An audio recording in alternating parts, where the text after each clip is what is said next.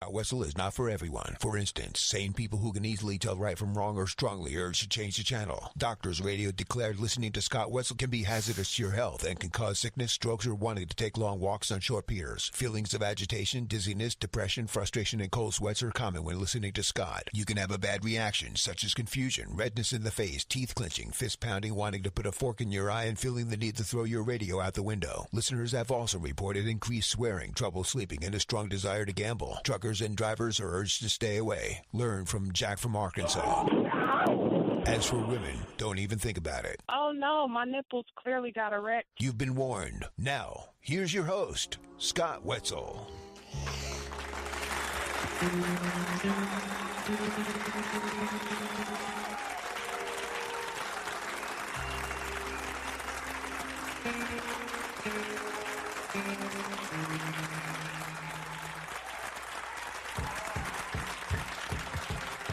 And welcome to the Scott Wetzel Show on this terrific Tuesday afternoon. Yours truly sitting in for the next 2 hours or so, taking a look at the world of sports.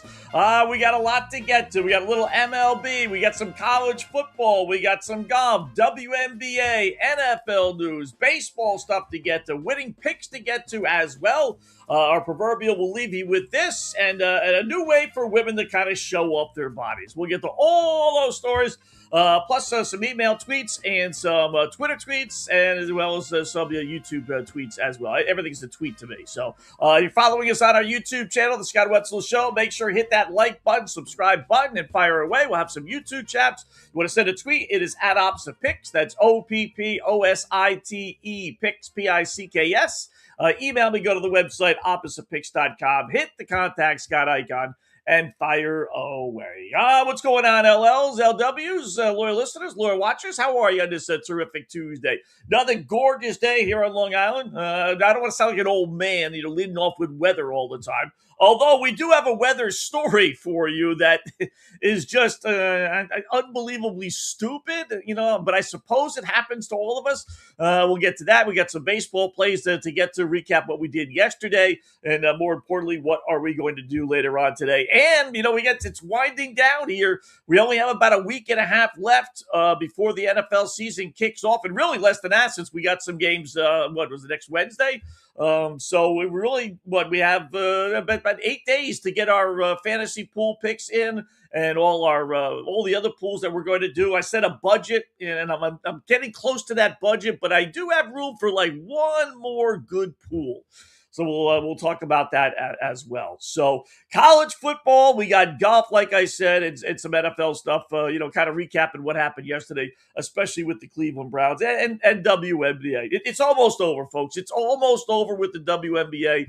Another week and a half, and really probably the end of this week. Once we get into college football over the weekend, and then next weekend we're previewing all the NFL games, that'll really put an end to the WNBA. Hate to say it, because I follow the sport. I bet on the sport. I told you, I appreciate the sport for what it is. But, it's been over the top with the WNBA nonsense with Caitlin Clark, then with Sophie Cunningham.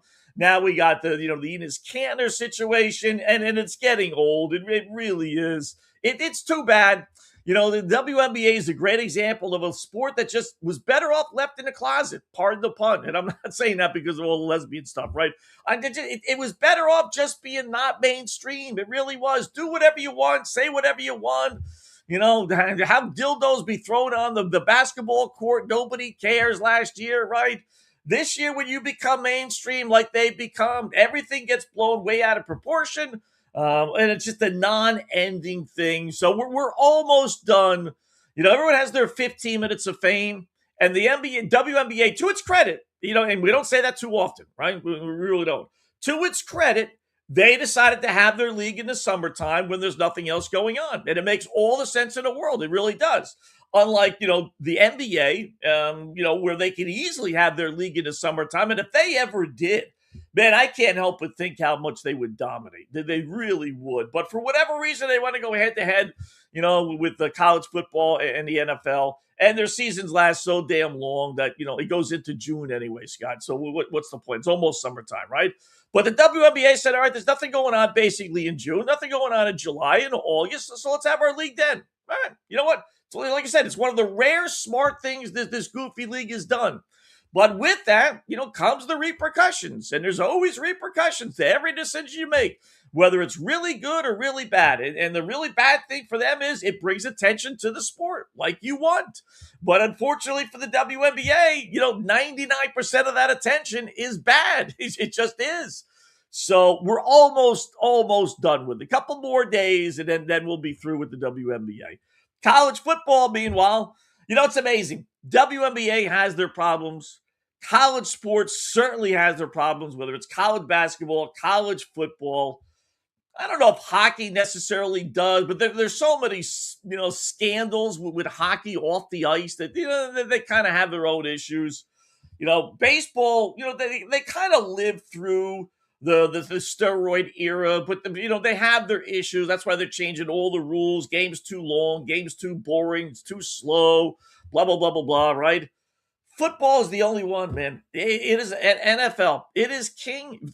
There's a reason why the NFL is king, and it's not just because everyone loves it. It's immune to it all. It really is. I mean, baseball, man, you do steroids in baseball, you're the villain of all villains. NFL, whatever. Who cares, right?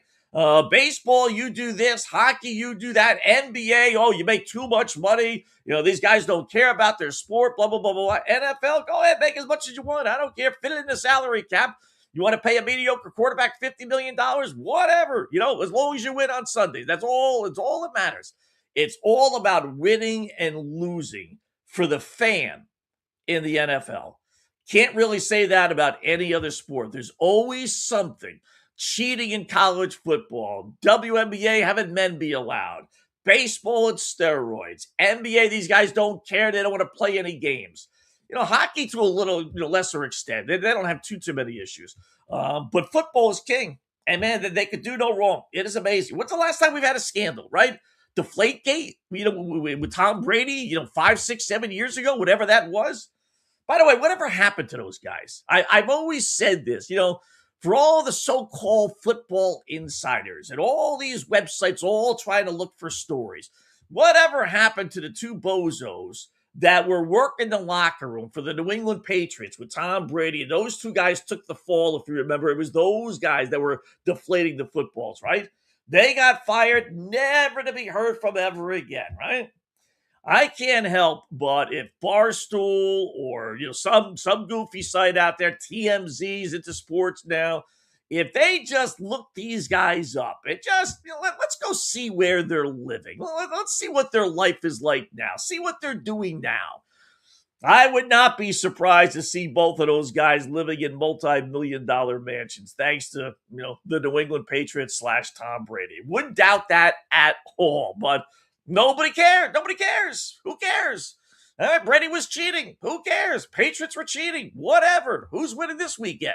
That's all we care about in the NFL. So college football has its big issues now. Now it's the NFL players who are being cut by these teams being allowed back in the league.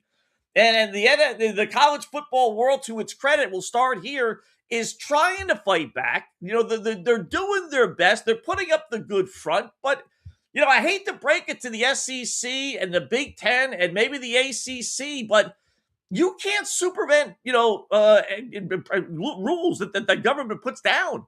If the government says, and they have, it's okay for these guys to go back to college, I don't care what the SEC says. I don't care what the Big Ten or the ACC apparently is going to look at that issue later today. I don't care what they say. They're going to lose. If Billy Bob gets cut by the Cleveland Browns like Daquan Wright did this past weekend, and he wants to sign with, we'll say LSU, which is apparently where he's going, I don't care what SEC rule says. You can't stop him. They sent out a letter yesterday, late last night, or late yesterday, anyway, after our show ended, the SEC said that their beliefs are that athletes who choose to leave college, go sign professional contracts like these guys have done, should not be allowed back into college. Big Ten set out a rule today, basically saying the same thing. Any player that's declared for the NFL draft and did not withdraw, whether they were drafted or not, appeared on an NFL roster like these guys have done, or signed a contract with the pro league, cannot be on a Big Ten roster. Well, listen, that's not what the government says. That's not what our laws say. You can't make a rule, that supervents, the real rule in life. You can't do it. You can say whatever you want, but all these guys have to do is go back to courts and say, listen, some judge said I could play in the Big Ten. I could play for Indiana, and the Big Ten's not allowing me. It would take 30 seconds for that judge to say, Big Ten, can't do it. Can't do it. I know you're trying is good. You're like I said, you're trying to put up a good front, but it's already been ruled. These guys can go back to college. And like I said, the ACC told the four-letter network that they're going to look at this issue later this week. And I guess they're going to probably come back with the same thing. Or, maybe the ACC says, you know what, guys? All right. SEC doesn't want you. Big Ten doesn't want you. Our conference is falling apart at the seams. Come play with us. Come play with Clemson or Miami or SMU or, pick a school, North Carolina State, whatever. I can't help but Bill Belichick would have some insights into some of that stuff, some connections in the NFL, right? You can't stop it. Ryan Day yesterday, kind of like said what is probably the consensus, which will eventually take over. So late yesterday afternoon, they asked him about, these guys being allowed back in college, right? And it was asked, would you consider signing some of these guys at Ohio State? And he said, well, we'd have to at least consider it. He also added that I don't like anything about it. Absolutely not. But we got to do what's right for Ohio State. So it's sort of a day-to-day thing right now. And like anything, we're just going to try to adapt. But I think we would all agree, maybe not everybody says, but as he corrects himself, but has to be a certain point where your roster gets locked in. He doesn't necessarily say he's against it. It's just that, how can you continue to change your roster? How many times can you add players and drop players? So, Lane Kiffin, basically said the same thing. You're either going to play for you or they're going to play for somebody else. So I might as well sign him, whether I like it or not, right? It would be nice for Lane Kiffin or Ryan Day, who are trying to tell you they don't really like it, but those are the rules. And, there's a part of me that understands that. There have been a lot of things over the years. If you want to go old school, that, it took a long time for teams and conferences and leagues to adapt to, whether it was the transfer portal. You had some head coaches, Dabo Swinney at Clemson, that swore he would never use the transfer portal. It's not right. But you know what? If you don't, you're going to get run over. Remember the three-point shot in the NBA? That took a long time. Now, this is 40 years ago, but that took a long time for teams to really – it's really only been about the last 10, maybe 15 years. When Jordan was playing, again, that's 20, 25 years ago. They didn't use the three-point shot. A three-point shot back then was like, wow, the biggest thing in the world. So it took a lot of teams and a lot of coaches to think, okay, the three-point shot is actually, worth something. Even more modern times, the ghost runner. Not that you had a choice on whether you were going to use the ghost runner or not, but, everybody hated the ghost runner. Extra innings, put a runner on second base. But, in reality, it's actually worked. It really has. You only have a handful of games that have gone past the 12th inning. So it just takes a little while for people to adapt. Maybe that's what's happening here. But I must say, there is a part that would just like to have Ryan Day say, you know what, I don't like it. I'm at a big-time school, Lane Kiffin. I'm at a big-time school that's going to challenge for a national championship, and I don't like the rules, so I'm not going to adhere to it. I'm not going to add players. I know I can. I know there's some good players. Listen, if you're on an NFL roster, you got to be pretty damn good, right? So there's some guys that I could have, but I'm not going to do it because I just don't believe in it. It would be nice to have some big-time head coaches say that. Even if it meant, okay, I'm not going to Ohio State, I'm going to Michigan then. All right, I'm not going to go to LSU. I'm going to go to Georgia or Alabama then, and have the coach say, go ahead. You know what? We're going to win this way. And if we don't, well, we don't. But as much as that would be nice to see and hear, not going to happen. It'll never happen. They'll put up the front. Boy, we really don't like this and it's not right. Do I like anything about it? Absolutely not, according to Day, right? But then half hour from now, he'll be on the phone calling up these kids saying, hey, you want to come to Ohio State? I don't believe any of them. I really don't. Is it fair? All around the board. How about the kids? Let's say Ohio State signs 2 or 3, or looks like LSU's going to sign at least 2 or 3 of these guys, right? So you add these players, people are either getting knocked off the roster or they're certainly losing their starting positions, but that's life with the big boys, right? I mean, don't go to Ohio State, don't go to LSU if you don't think your roster spot is secure. I mean, if you go, you're good enough, you'll play. If not, you won't. But, again, on the surface, it's not right. I spent the last 6 months practicing, last 2 months, in 2-a-days, 3-a-days, preparing for the season. I'm being told I'm going to start at left tackle, and then all of a sudden, a week from now, I'm not in the starting lineup. I might not even be on a team, for goodness sakes. So there's a lot of things, though, that aren't wrong with college sports. And this is just one of them. And like I said, you're good for the Big Ten and the SEC to say, we're not going to allow these kids in, but you can't stop them. When the government says that they're allowed back in, then they're going to be allowed back in, whether you like it or not. College sports has just lost its grip. That they've just lost it.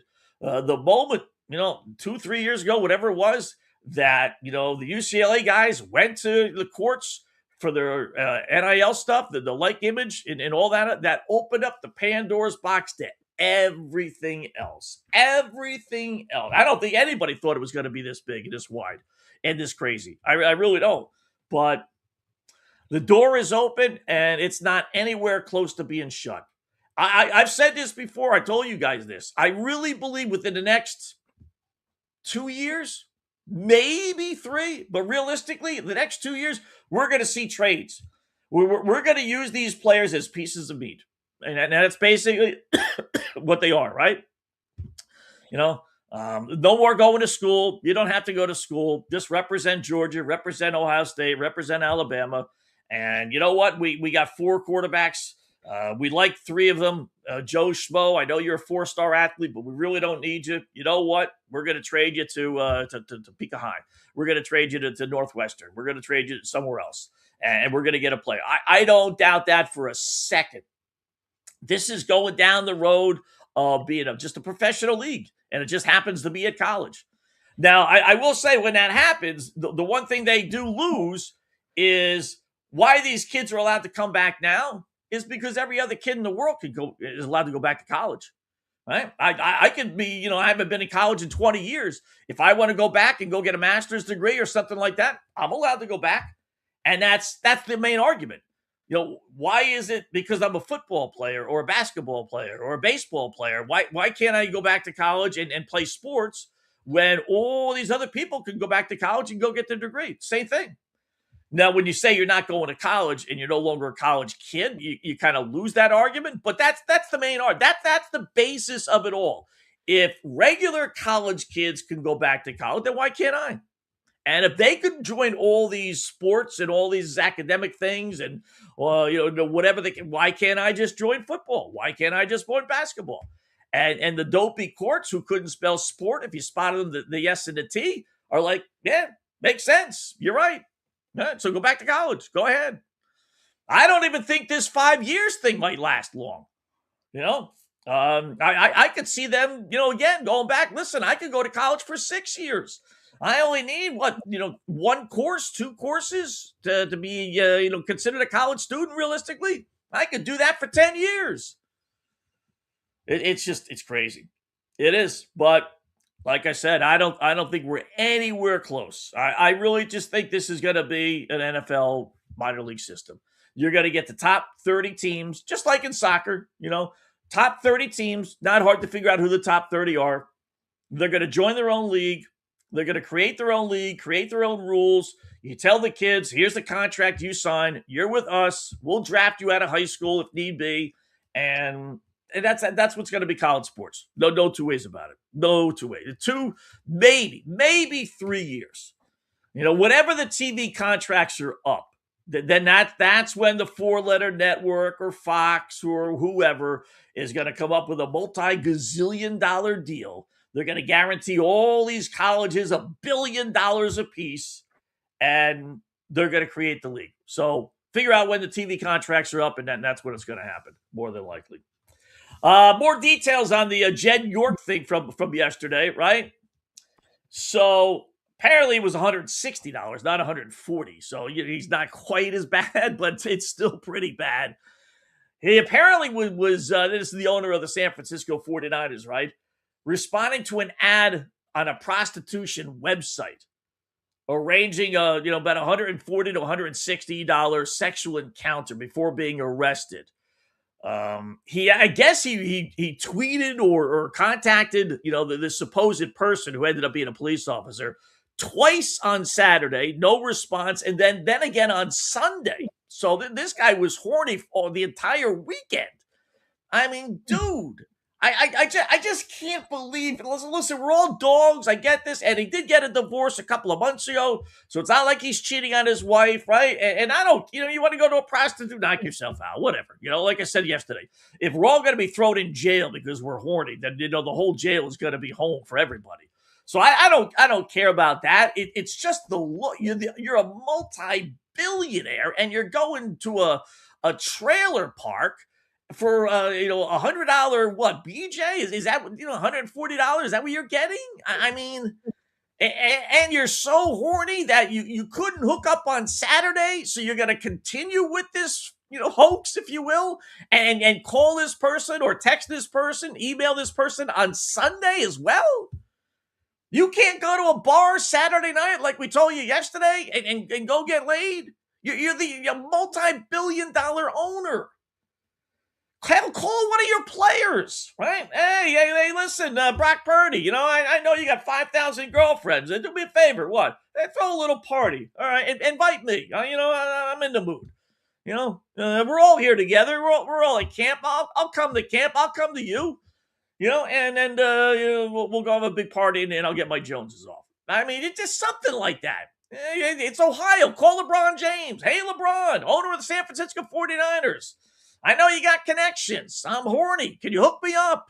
Whether it's white, black, Chinese girl, what's the difference? I'm in the mood. I mean, there's got to be, there just has to be more to this story. There has to be. I mean, but then when you find out, like you said, he tried all weekend. I mean, dude, go grab a magazine. Go on Block TV. There's 50,000 porno channels on Block TV in addition to everything else. I mean, go rent the video. To do something. Maybe not. Maybe this is just it. Maybe, he's a relatively young guy. He looks like he's been in his 50s or so, right? So, I don't know. If he was in his 60s or 70s, especially, then I could see, I'm not going to a bar, Scott. I'm 65 years old, 70. I'm not hanging out in a bar. Okay, but this guy looks a little bit younger than that. And like I said, he's got all those players. Now one of those guys he's buddies with, and I don't know. It just seems weird. So I guess he didn't use his real name. He used a fake name, responded multiple times, a fictitious ad. So again, I don't know why they have to do this. They're suckering you in, but they did with him, and they got him.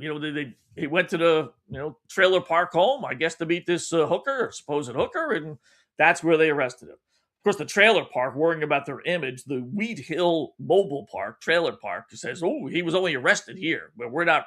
There wasn't a sting operation here." Nobody cares about your mobile home trailer park, so I wouldn't necessarily worry about that. But like I said, there's certain stories that jump off the page for me. This is one of them where it's just, it can't be just this. I don't know what else it could be. Was he looking to buy drugs? See, that makes sense. See, drugs make sense. If you're a druggie, not that I've ever been one, just never been my scene. So, but, will you go to a $140 trailer park? Yeah. You know what? I want to buy drugs. Well, I live in a trailer park. I don't care if you live on the moon. Where do you live? I'll meet you there. That makes sense. Is this a cover up for that? Maybe. Maybe. Just throwing it out there. But we'll find out, I guess, eventually, hopefully. But keep in mind, this is the same organization that, 3 weeks ago didn't tell us about their head coach, being pulled over, for, getting into a car accident and damn near probably killing somebody, right? We didn't find out about that for 2.5 weeks later. Think we're really going to find out about the owner? Probably not. Now that I think about it, they can't wait. Out of all the teams that can't wait for the football season to begin, San Francisco 49ers are it. For sure. For sure. All right, we got the Cleveland Browns situation, right? So we found this out yesterday, before yesterday's show that Todd Monken decided on Deshaun Watson as their starting quarterback. We'll take a break. When we'll come back, we'll hear from Monken on why, in fact, he chose Deshaun. And then we'll hear from Deshaun Watson himself on, he apologized to the Cleveland Browns fan, had some interesting things to say. I know, NFL players can kind of dictate things in life, but, he got a couple weird things there I do want to take note of. And then we got the, leaving for golf to get into the mix, normally it's, football or baseball or WNBA. We got golf controversy, which the woke community is just like, it's alive and well on the internet. It really is. So we'll get to all those stories. You want to follow me on Twitter, send a tweet. It is at Opposite Picks. That's OPPOSITE Picks, PICKS. On our YouTube page, the Scott Wetzel Show, hit that like button, subscribe button. We already got some YouTube comments, but throw some more up there. We'll read those throughout the program as well. We got our baseball picks coming up. We'll run down some NFL pools that I started. If you're interested in joining some pools, I started 3 of them. We'll go over those as well. So busy Tuesday, just getting underway. It's Scott Wetzel Show right here on FanStreamSports.com. Hi, golfers. IndyCar Tim here. I want to talk to you a little bit about Golf Central Magazine. It's not just a golf magazine. It's the magazine for everything. Turf, travel, philanthropy, and lifestyle. Head over to golfcentralmag.com and check out the latest issue. Some of the regular features in Golf Central Magazine: the Golf Bachelorette of the Month, the Golf Bachelor of the Month, the Golf Cart Girl of the Month, Golf History, Grip It and Sip It. So head over to golfcentralmag.com. It's free. It's the magazine for everything: turf, travel, philanthropy, and lifestyle. Golf Central Magazine at golfcentralmag.com. We'll see you there. Sports fans, it's time to gear up. Head to FanStreamSports.com and check out our brand new merchandise store. We're talking bold t-shirts, 3/4 zips, hoodies, hats, mugs, and more. Everything you need to rep your favorite shows and your favorite crew. Whether you're rolling with the J.P. Peterson Show in Tampa Bay, From the Rough in Dallas, the Tim May Show featuring Clay Hall, or the Jeff Thidoff Show in Ohio, or any of our FanStream Sports original programming, we've got the perfect look for game day and every day. So don't wait. FanStreamSports.com. Click merch and grab your gear now. Wear the stream, live the stream. FanStreamSports.com. Hey folks, let me tell you about Bay Area Modern Medical Center, a very different kind of approach to primary care. Personalized preventative medicine, not a one-pill-fits-all mentality. Christopher Lugo and his experienced medical staff are proactive in looking at issues before they become a problem, encouraging a healthy lifestyle with proper diet, supplements, and exercise to optimize your active lifestyle. Rather than the impersonal, rushed approach, you will be the only patient and will have our full attention. That's new. Getting old is inevitable, but feeling and looking old is avoidable. Bay Area Modern Medical Centers are experts in anti-aging regenerative medicine that optimizes your body's performance in many areas. So call for an appointment to get started on a journey back to full health and a happy life with a new, modern way of healthcare. Call 844-977-3477 or go to BAMMC.com. That's 844-977-3477 or BAMMC.com. Today's show is brought to you by Tomstown, a premier craft distillery based in Kansas City, Missouri. Discover their award-winning lineup, including double oaked bourbon, botanical gin, and double grain vodka. named the best craft vodka by the readers of USA Today. Available for online delivery in 40 states. Visit toms-town.com or their Kansas City distillery to explore more. Elevate your game with Tom's Town, where history meets innovation. Please enjoy responsibly. Orion Golf Management Solutions. Orion Management Solutions has tailored its service packages just like it tailors its approach to customers. Some owners need more supervision, while others need periodic assessment of their short-term and long-term strategies and programs. Orion can be called in to develop a business plan with the existing staff, or we can assist with the daily management of a facility or event. Either way, we make sure the client is satisfied and understands the direction the facility needs to go in order to achieve the owner's goals. Orion Management Solutions can help with owner assistance service solutions, daily course management, business plan development, monthly operations, or as-needed consulting services. Whatever your need, Orion Golf Management Solutions can help. Check out oriongolf.com. Let's go. Right now, back to the show on FanStream Sports.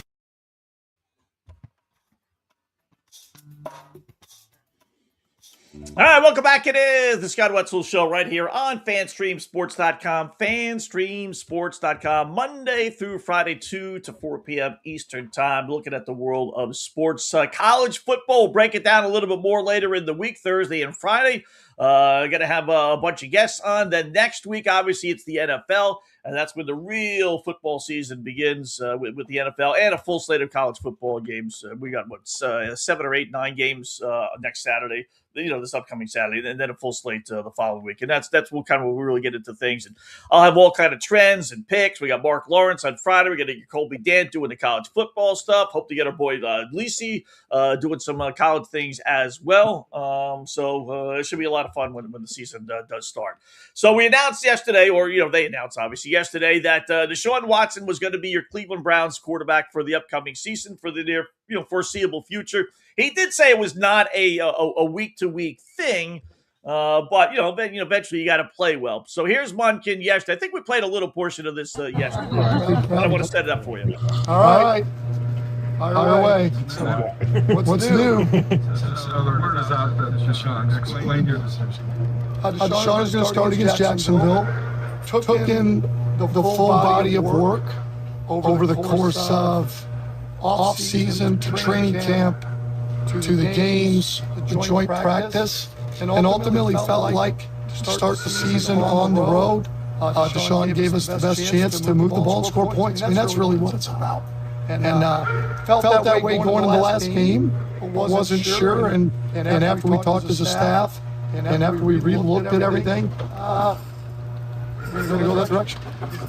I don't, the quality of that wasn't great, but he threw for 36 yards and an interception this last weekend. I mean, I don't know, how bad is Shedeur Sanders that this past week's performance by Watson solidified their answer.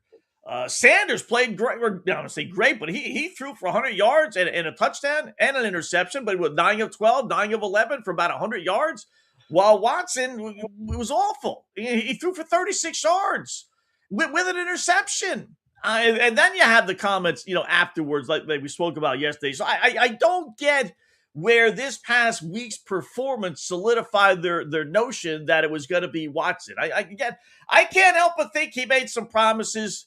I didn't think he would be in this position. As I told you yesterday, I thought Munkin during his interview process would come in and sell them on Shedeur Sanders or Dylan Gabriel. By the way, there's Dylan Gabriel. Don't forget, they used a 3rd-round pick. They didn't draft Sanders until later on. They used a 3rd-round pick on a quarterback. That's a pretty high pick, right? You figure he would get the benefit of the doubt. Then they used a 6th-rounder this past draft on Taylor Green, another scrambling quarterback out of Arkansas. So they got all these quarterback issues, and then they go back to the old well with Deshaun Watson. And again, I can't help but think that Munkin probably sold ownership, give me the job, and I'll make one of these new guys our quarterback of the future. I can't imagine him going in there and saying, listen, I'm going to pick Deshaun Watson, and you're going to have to give him another $30, $40 million a year. I know you've already pissed away 200, but I'm going to make him the quarterback that he was. Maybe he did. But I would have thought it would have been the other way around. And if both quarterbacks, as Munkin was asked, if they're both similar, why wouldn't you take the younger guy who is making less money and seems to be the quarterback of the future? But it's the Cleveland Browns, and now here's Deshaun Watson. Basically, I'm going to let this run. It goes about 2 minutes or so, but figure out what 2 words he never said. Saturday after the game, I think just, human nature, just myself being very emotional, putting a lot of time these last 2 years to, get back and, spend time in this facility, in the city, meeting a lot of different people in the community. I thought I was going to get, a little different response, but, I think, my emotions got the best of me. My comments wasn't intending to go at any of the fans around in the city, because there's been a lot of great fans that have been supporting me. And I know the frustration this organization have put, a lot of investment and coming, to get me back in 2022. Things haven't been going the right direction that we thought it was. A lot of energy, a lot of time off, not putting the best football in my foot forward. So, again, just, I understand the frustration. I understand everything that kind of goes into that. And moving forward, I just want to focus on football, making sure that, I'm putting the best product out there, having the best ability, because I thrive off the energy. I thrive off the energy of the fans. I thrive off the energy of the community. All right, he goes on and just rambles on.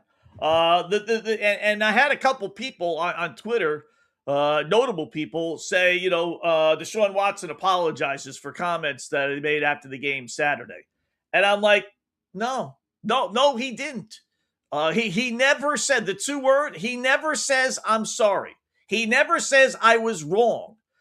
He never says I shouldn't have said that. The only thing he says is I'll take accountability. I was frustrated. It was after the game. I let my heart talk. By the way, not coincidentally the same thing that the head coach said yesterday when he was, giving Watson an excuse.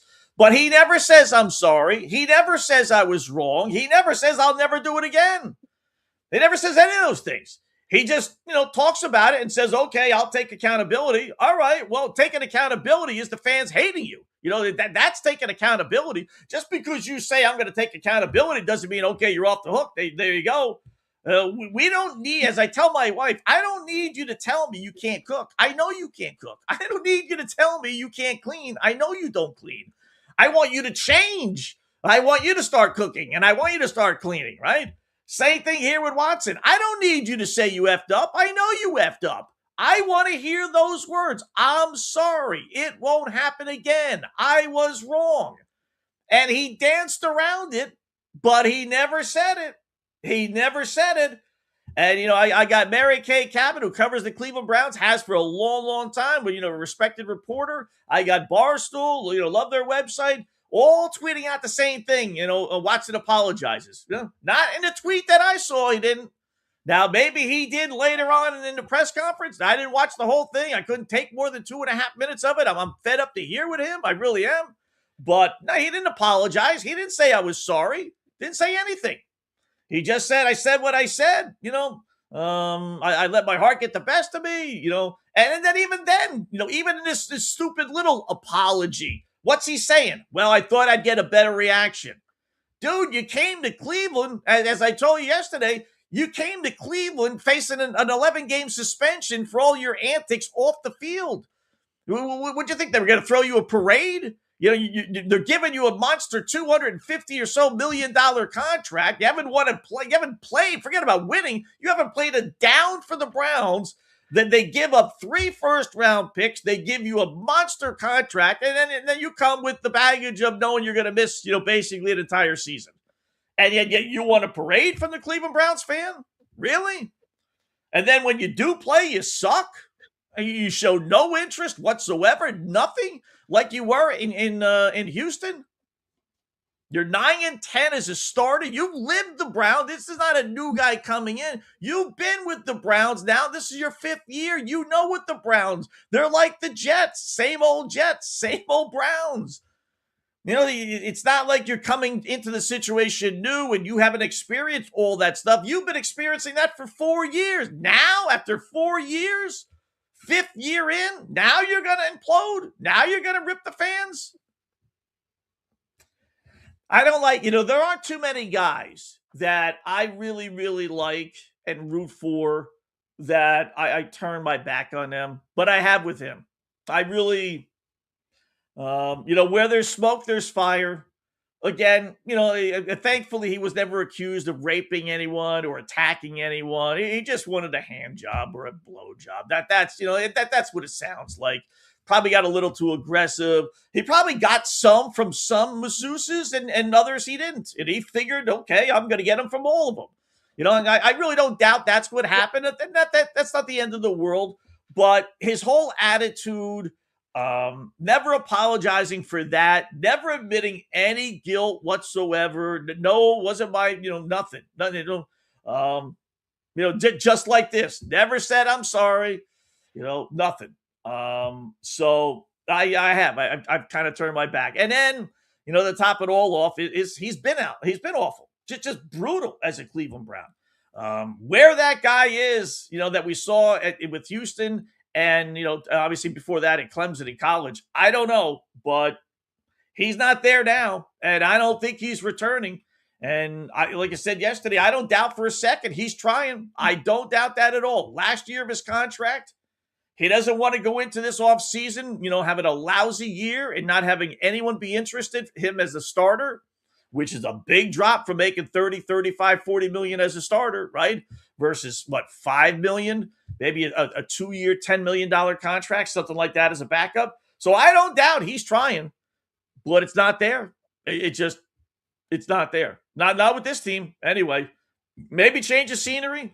Maybe that would work, but this Cleveland, I tell you, I don't think there's a team that's going to change its image this year in the NFL. You might get a team, I don't know what to say about the New England Patriots, because that New England Patriot team last year, that is like so rare. They were so bad 2 years ago, but they brought in Vrabel and Drake May became the starter, and boy, everything worked perfectly, right? So we might get something like that, but I don't think so. As far as changing the image. The Browns are the Cleveland Browns.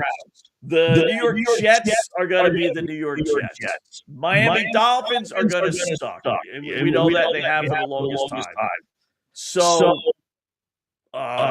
is there anyone else? The Raiders are the Raiders, right? They can't find a quarterback on their roster, even though they had two. Right? The running back who damn broke his ankle ready. So the Raiders are going to be the Raiders at the end of the year. Tom Brady's not changing that. So there's nothing really. I don't know who else. The Bungles. Soon as Joey B goes down to an injury, like we know he's going to, the Bungles will be the Bungles. So the same 4 or 5 teams that have had this black cloud hanging over their head, it's going to be the same thing. It will this year. I don't think there's going to be any New England Patriots. I really don't. So, and the Browns are doing everything in their power to make sure that exactly is what happens. It's amazing. How about the golf world? Well, you don't generally get controversy. Although, you know what? Maybe I should change that with the LIV. We've had some controversy, right? So the latest one is Callaway Golf. I'm not a golf fan or whatever. Callaway's, the Big Bertha, big golf club manufacturer, right? In fact, I got a Big Bertha that's 30 years old. About 20 years old. I got one of the original Big Berthas. I still do, right? So they're coming out with new groups, obviously, every year, get people to buy. So what do when you come up with new clubs? You advertise. So they made a commercial to promote their latest club. Now, I'm going to read you the statements before I show you the commercial, because that's how I saw it, right? I saw the statement first, right? So the CEO of Callaway came out today and issued this statement. Last week, Good in Callaway. Good is a manufacturing or a golfing video firm. Right? Last week, Good in Callaway posted a video to promote brand driver. While the video was produced by Good, it was approved by Callaway prior to posting. That approval should never have happened. Mistakes were made. We're taking the matter very seriously. We believe we have been a positive force for diversity and inclusion in the game of golf. This video was completely inconsistent with that. I assure you that we will learn from this and do better. And then Good issued an apology saying the same thing over the weekend. This commercial did not align with our values as a brand. We've always stood for making the game of golf more inclusive to all. So I'm reading this statement, and I'm saying, what the fudge did they do? I mean, did they put someone in a gorilla outfit? I mean, just think of all the stereotypical things that are out there, whether it's for blacks, whether it's for women, whether it's for Catholics. I mean what did they do? I mean, I got two companies apologizing up and down like it's, oh, my God. So I got to search this statement out, or I got to search this commercial out, right? So knowing all that stuff, here's the commercial.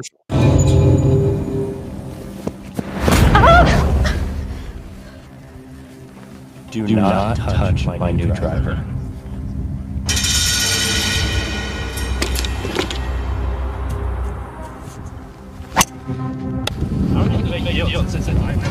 No, Johnny, no, don't do it. No, don't.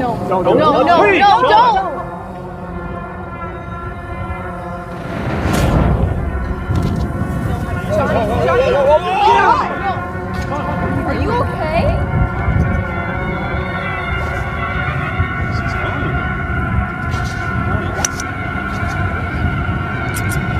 It's over. He's gone. What's happening?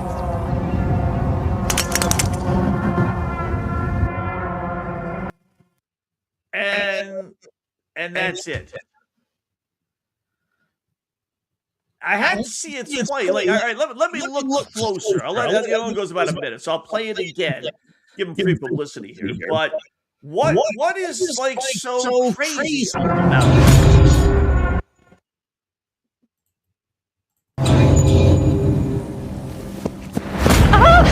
That's one. We'll get into that. Do not touch my new driver. So he doesn't want the female to touch his driver. He knocks her down. That's the main thing. He swings his driver. I don't know what this is. Johnny, no, don't do it. He's going to touch his driver. No, don't.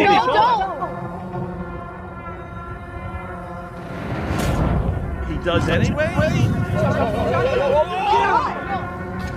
Are you okay? And then he swings and misses 5 times?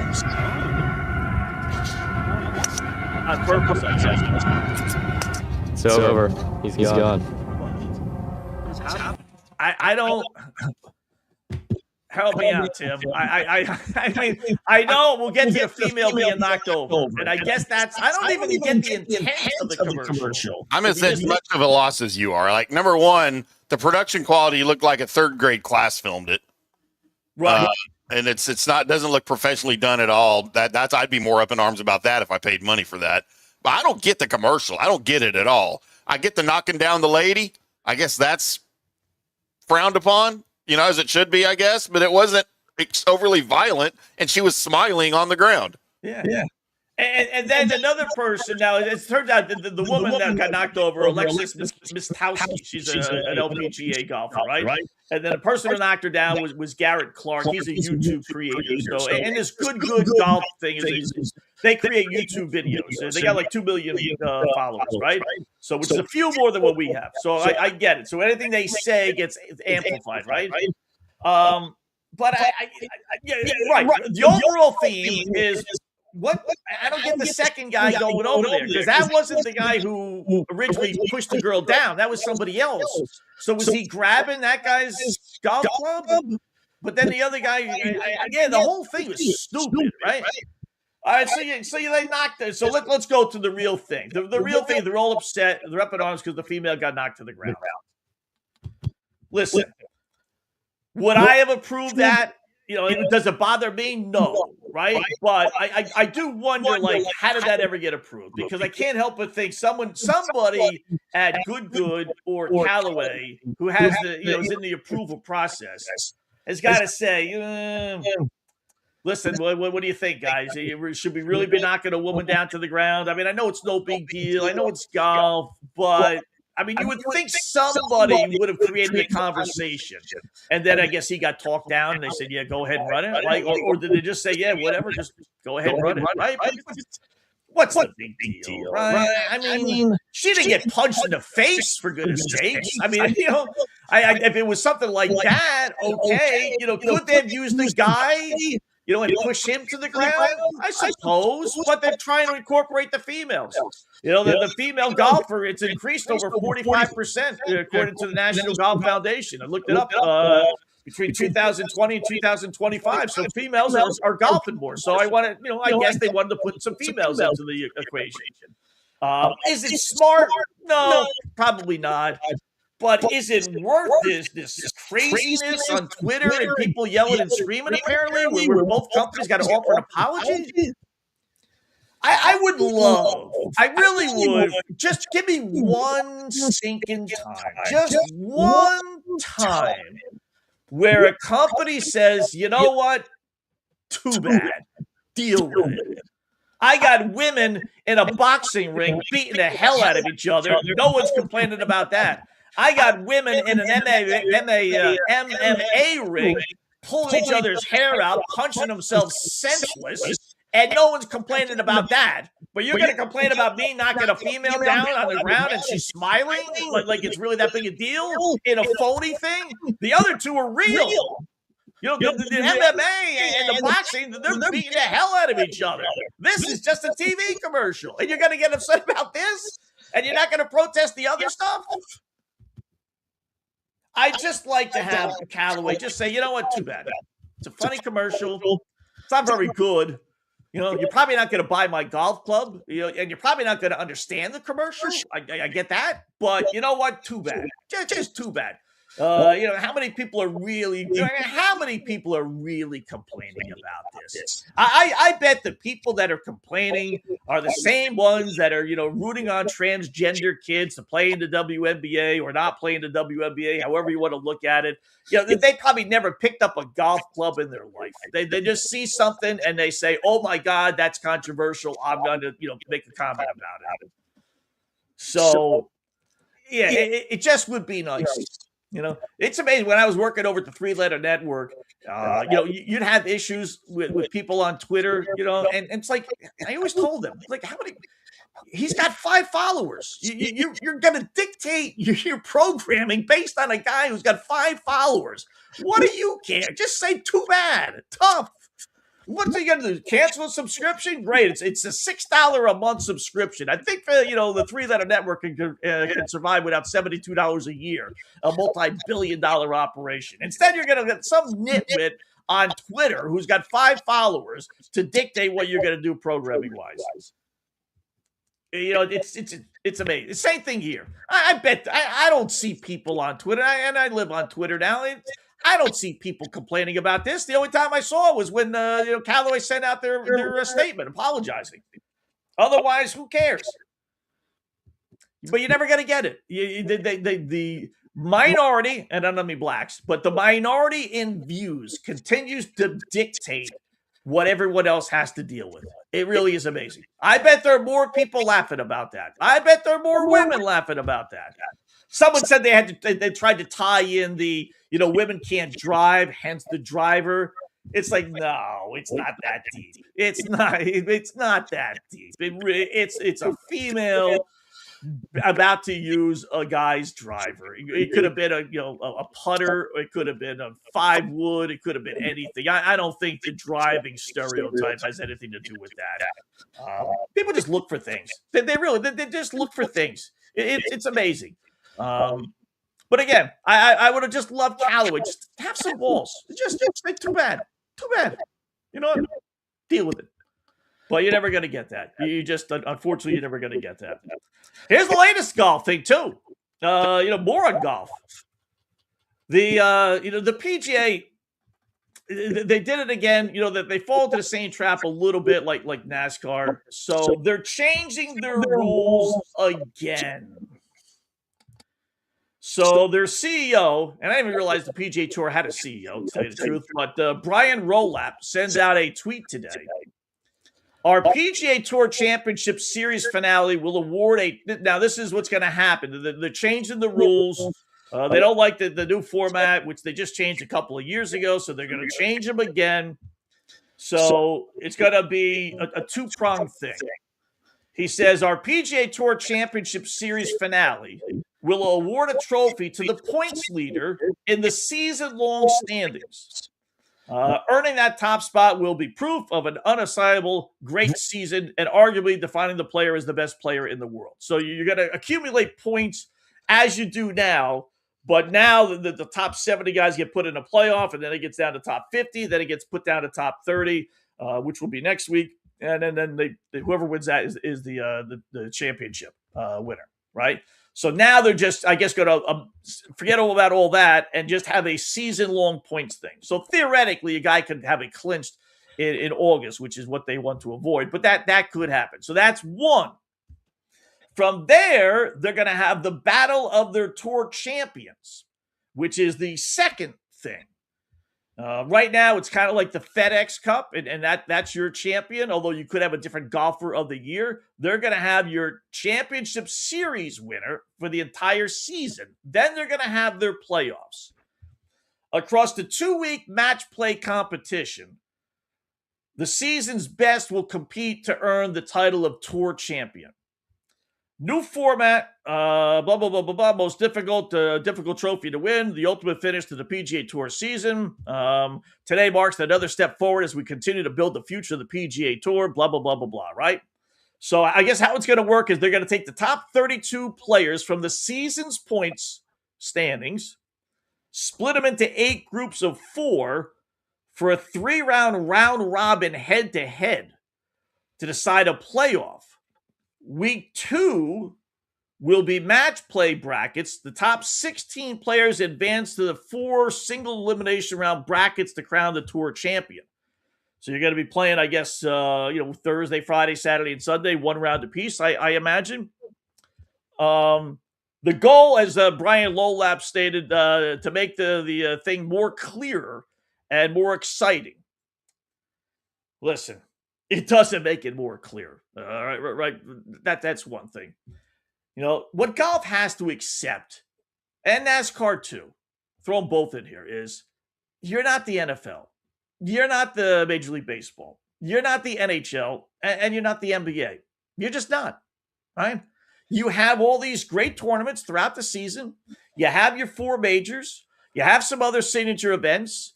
You have different cups where you're challenging European Cup, this cup, that cup, right? With the golfers overseas. And that's what it is. That's what it is. You can vote at the end of the year on who you think the best player is, and he can win the Players' Champion, the Golfer of the Year award. Just like they do with the Heisman Trophy and MVP of other sports. And that's that. That's that. You don't need some goofy playoff system, which nobody can figure out, which changes every 2-3 years because it sucks. The new format you come up with doesn't work. It doesn't catch on. It's too confusing. It's just too confusing. And then you're going to add on another one, like they do now. They kind of do it now anyway with the FedEx champion, right? That's your champion, but that doesn't necessarily make him the golfer of the year.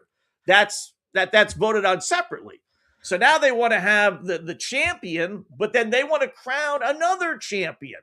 Well, why don't you just crown the points leader at the end of the year a champion? There you go. Bingo. Boom. Golf is just not set up for a playoff format. Probably the greatest golfer of our lifetime, outside of me, Tiger Woods, was awful in head-to-head play. Listen, you give me a couple of weeks and I'll break par. Any of these courses, right? No worries, no wives, no kids, no job. You give me great clubs, great balls. You give me 2 weeks, I'll break par. Tiger Woods was awful head to head for whatever reason. I don't know why. You would think he would be the best, right? Not only is he a good golfer, but who wants to go head-to-head with Tiger Woods? People would wilt, in the final round whenever that occurred. But you look at his head-to-head record. It wasn't good. So now you're going to, have your points leader, the real best player that year, get thrown into this mixed. And then it's going to go over 2 weeks. It's too confusing.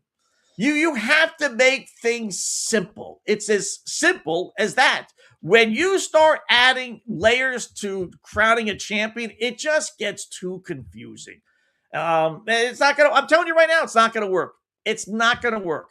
And probably the biggest problem is, when is this going to occur, Scott? It's going to occur September, where you have NFL and college football. You could have women playing naked, right? You could have Paige Spiranek playing naked, right? 5 of them, 10 of them, 50 of them, and it still wouldn't get any notice in September. And MLB playoffs don't get any notice. We talk about that all the time. No one's going to pay attention to this stuff. So it's too confusing, and it's happening at the worst time. You can't change anything about the timing of it. I get that. It's the end of the summer. That's when you want to have it. But you're better off not having anything. You really are. It's just, you're going to have a group stage, which is 4 golfers playing together. Then you're going to have match play.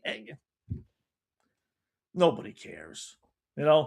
Take the 4. You want to do something. Forget 32. You don't need 32. Forget 2 weeks. You don't need 2 weeks. You take the top 12 golfers, right? Give 4 a bye. You take the next 8. You match them off. Then you're down to 8, and you go from there. And then you have one round of golf, maybe 2 rounds of golf, Saturday and Sunday. You could do that other stuff Thursday, Friday. Saturday and Sunday, you got 2 rounds of golf. You got 8 golfers. Best golfer wins after the 2 rounds. That's what you got to keep it simple.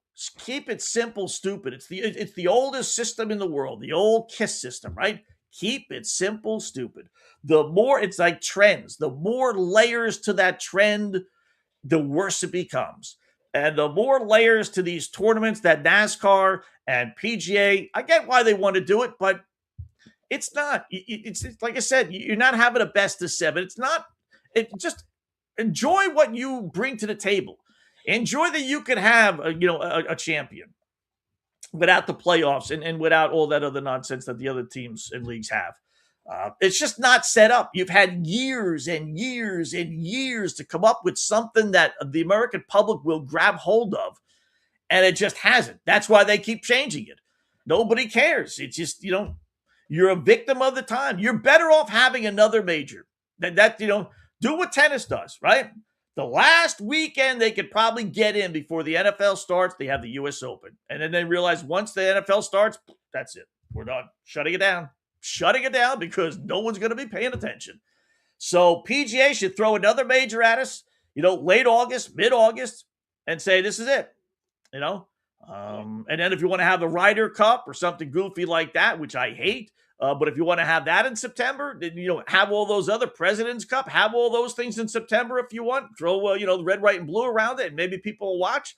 But otherwise, it's silly. It's just, this is not going to work. So you tried, and you failed again. See, PGA. Simple as that. All right, quick little break. Hour number 2 coming up next. We got some WNBA stuff. We got some winners to pick out for later on tonight. New York Liberty in the news. How about the little memory lane with our guy Mike Leach, and then our Sophie Cunningham shot, which just kind of opens the door. It's been a little open, but just kind of opens the door. Let's see if you notice with this picture I'm going to show you of the first thing that popped out for me. Pardon the pun. So all that's coming up. Hour number 2, Scott Wetzel Show, right here at FanStream Sports. Hi, golfers. IndyCar Tim here. I want to talk to you a little bit about Golf Central Magazine. It's not just a golf magazine. It's the magazine for everything: turf, travel, philanthropy, and lifestyle. Head over to golfcentralmag.com and check out the latest issue. Some of the regular features in Golf Central Magazine: the Golf Bachelorette of the Month, the Golf Bachelor of the Month, the Golf Cart Girl of the Month, Golf History, Grip It and Sip It. So head over to golfcentralmag.com. It's free. It's the magazine for everything: turf, travel, philanthropy, and lifestyle. Golf Central Magazine at golfcentralmag.com. We'll see you there. Sports fans, it's time to gear up. Head to fanstreamsports.com and check out our brand new merchandise store. We're talking bold t-shirts, 3/4 zips, hoodies, hats, mugs, and more. Everything you need to rep your favorite shows and your favorite crew. Whether you're rolling with the JP Peterson Show in Tampa Bay, From the Rough in Dallas, the Tim May Show featuring Clay Hall, or the Jeff Thidoff Show in Ohio, or any of our FanStream Sports original programming, we've got the perfect look for game day and every day. So don't wait. fanstreamsports.com. Click merch and grab your gear now. Wear the stream, live the stream. fanstreamsports.com. Hey, folks, let me tell you about Bay Area Modern Medical Center, a very different kind of approach to primary care. Personalized preventative medicine, not a one-pill-fits-all mentality. Christopher Lugo and his experienced medical staff are proactive in looking at issues before they become a problem, encouraging a healthy lifestyle with proper diet, supplements, and exercise to optimize your active lifestyle. Rather than the impersonal, rushed approach, you will be the only patient and will have our full attention. That's new. Getting old is inevitable, but feeling and looking old is avoidable. Bay Area Modern Medical Centers are experts in anti-aging regenerative medicine that optimizes your body's performance in many areas. So call for an appointment to get started on a journey back to full health and a happy life with a new, modern way of healthcare. Call 844-977-3477 or go to BAMMC.com. That's 844-977-3477 or BAMMC.com. Today's show is brought to you by Tomstown, a premier craft distillery based in Kansas City, Missouri. Discover their award-winning lineup, including double oaked bourbon, botanical gin, and double grain vodka, named the best craft vodka by the readers of USA Today. Available for online delivery in 40 states. Visit toms-town.com or their Kansas City distillery to explore more. Elevate your game with Tomstown, where history meets innovation. Please enjoy responsibly. Orion Golf Management Solutions. Orion Management Solutions has tailored its service packages just like it tailors its approach to customers. Some owners need more supervision, while others need periodic assessment of their short-term and long-term strategies and programs. Orion can be called in to develop a business plan with the existing staff, or we can assist with the daily management of a facility or event. Either way, we make sure the client is satisfied and understands the direction the facility needs to go in order to achieve the owner's goals. Orion Management Solutions can help with owner assistance service solutions, daily course management, business plan development, monthly operations, or as-needed consulting services. Whatever your need, Orion Golf Management Solutions can help. Check out oriongolf.com. Let's go. Right now, back to the show on FanStream Sports.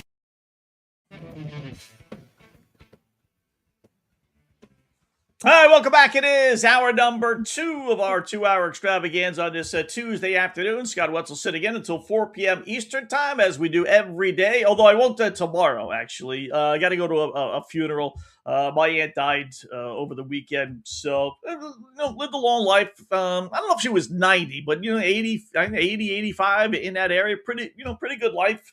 Which is always easy to say, when you're in your 30s, 40s, and 50s. But, who wants to say that when you're like late 70s that you want to live to like 80? 30 years from now, okay, I'll take 80, 85, absolutely, right? But then when you get, like I said, 80, then all of a sudden your attitude changes.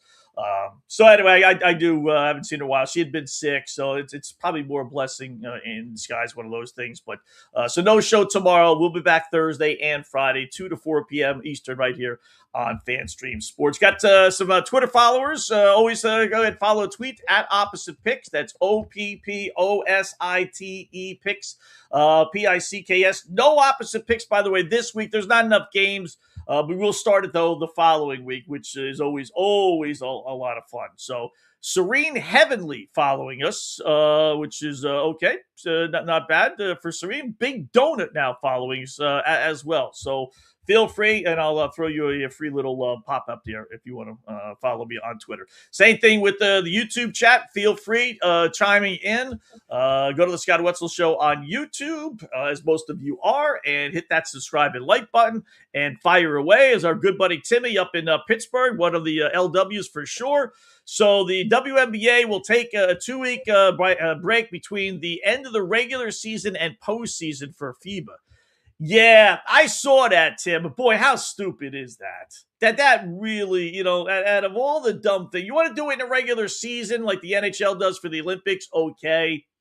But to stop at the end of the regular season, not the middle or the beginning, at the end, and then pick things up a couple of weeks later, that's just, again, just like with golf, except the fact that, you know what, ladies, you're not playing. You're not playing. Simple as that. You want to play for your team, you got a contract, you're making money, or you're going to play for FIBA, USA. It's simple as that. You just, sorry. No big deal, but we're not shutting our league down so we can get further into the NFL season? So we can get buried even further by college football and the NFL? If you're going to do that, then you know what? All right, say the league only goes 30 games instead of the 40, what do they go, 42 now, I think it is. We're going to cut our league short this season. We're going to start it earlier. We're going to, God forbid, have more back-to-back games. We're going to condense our 40-season schedule into 2 months rather than 2.5, 3 months. Simple as that.